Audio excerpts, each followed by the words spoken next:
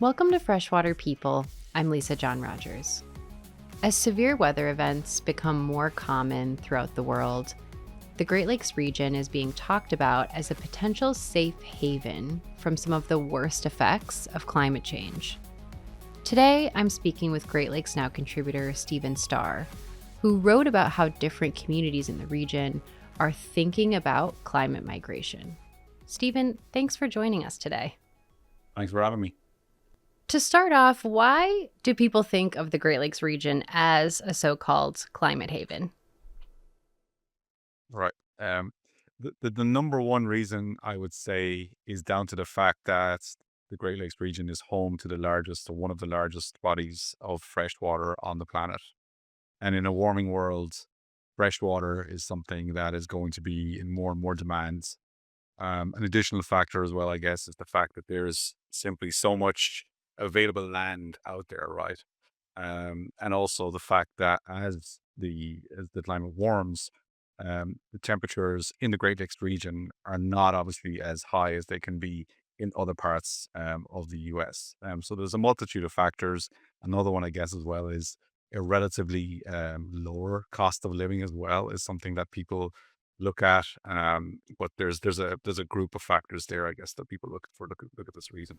From what you found, is climate migration something that's happening here at a large scale, or are we just seeing the early stages of it? Right, and this is the big question that people in communities around the Great Lakes want to know, and also people planners, like whether it's planners, whether it's residents, and also people in other parts of the country as well. And the answer, I guess, is that we're not seeing yet a large scale of this migration of people from other parts of the country to the Great Lakes region. Now, there's one kind of exception to that, and that is the Puerto Rican community that has grown and developed in Buffalo over about the last decade or so since Hurricane Maria in 2017. We've seen tens of thousands of people move from Puerto Rico to Buffalo, New York. But outside of that, it's not something that's been happening on a very large scale. And that's something I think that a lot of folks who live in the Great Lakes, from planners to residents, are happy about. I guess that we're not seeing this mass migration.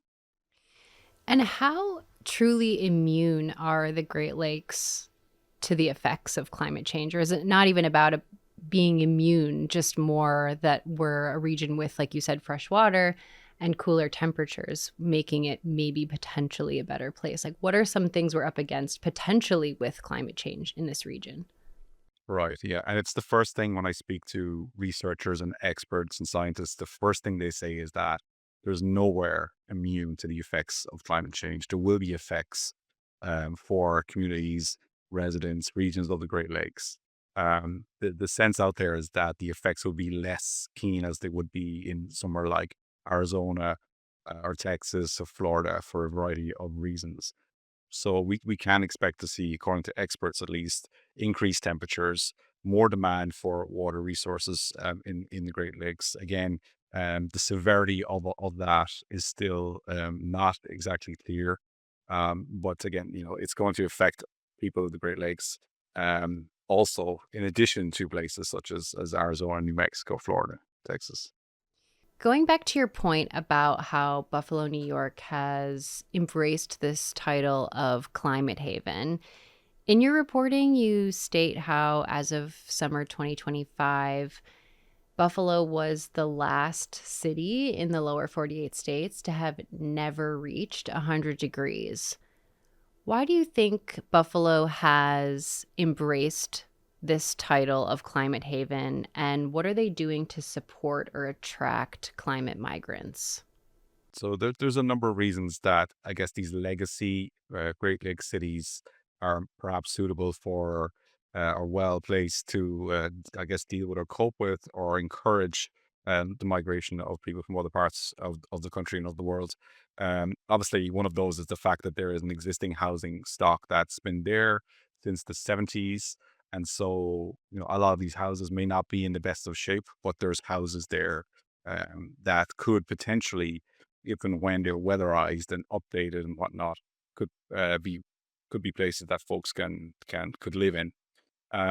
the city of Buffalo has made some efforts to place itself and position itself as a place for so-called climate migrants where they could live.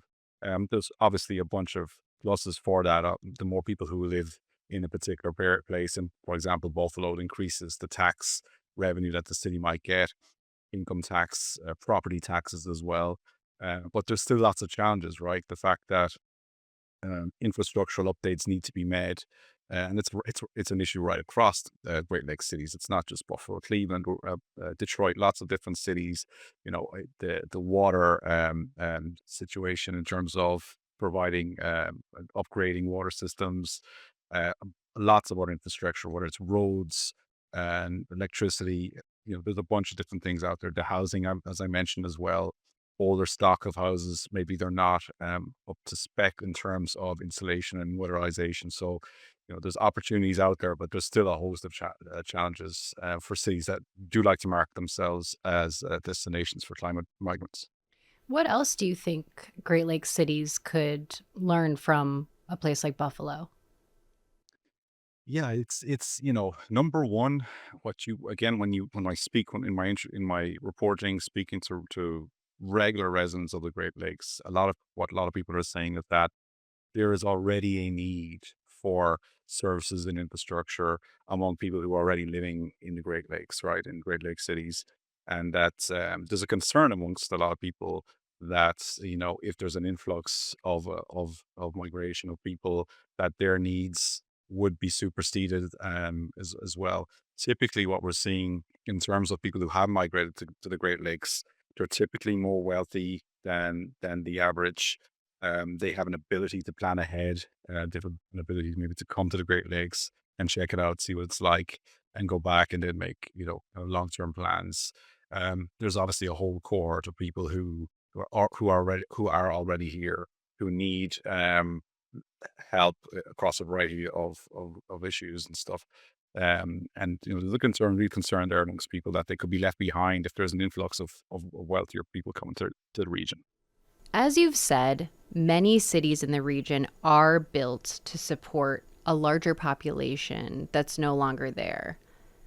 One of your pieces references a 2023 study that highlighted how Cleveland has existing roads and water infrastructure to support a population of over 1 million people, yet it currently has a population of only about 370,000. Are there cities looking at climate migration as an opportunity to regain residents?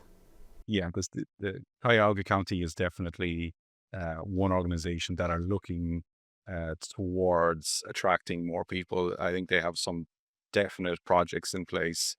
They're working on reclaiming lands to turn it into residential housing. Similarly, upgrading water and sewer infrastructure in various parts of the county as well. So Cleveland is definitely, I would say, at the forefront of any changes that might be happening or adaptations uh, as more and more people want to come to the region. The issue, obviously, is that nobody knows if that's actually going to happen, right? And what is it going to look like? Are we going to see kind of caravans of cars coming from other parts of the country to Great Lakes cities? I guess nobody wants to see that. I don't think there's any city or any community prepared for that kind of eventuality. And so it's that unknown, I guess. Cities are obviously don't want to invest large sums of money into something that may or may not happen, while they are, putting in place some plans that could cater for an increased population. But certainly Cleveland, Detroit, they're definitely two cities where city leadership and county leadership are encouraging and looking for more people to move to the city. In another one of your pieces, you talk about how the COVID pandemic acted as a sort of catalyst for people moving to the rural Midwest, while populations in other rural parts of the US are declining. What do you think is drawing people to these rural parts of the Great Lakes region? I think it's a lot to do with the cost of living, but also environmental um, factors in other parts of the country. One of the stories, I spoke to someone who had lived in Portland, Oregon, for quite a while, That's a part of the country that's become very, very expensive, especially in terms of housing. It's a part of the country that's had to deal with wildfires in the summer and fall months. That's not an issue that's expected, I guess, to go away anytime soon.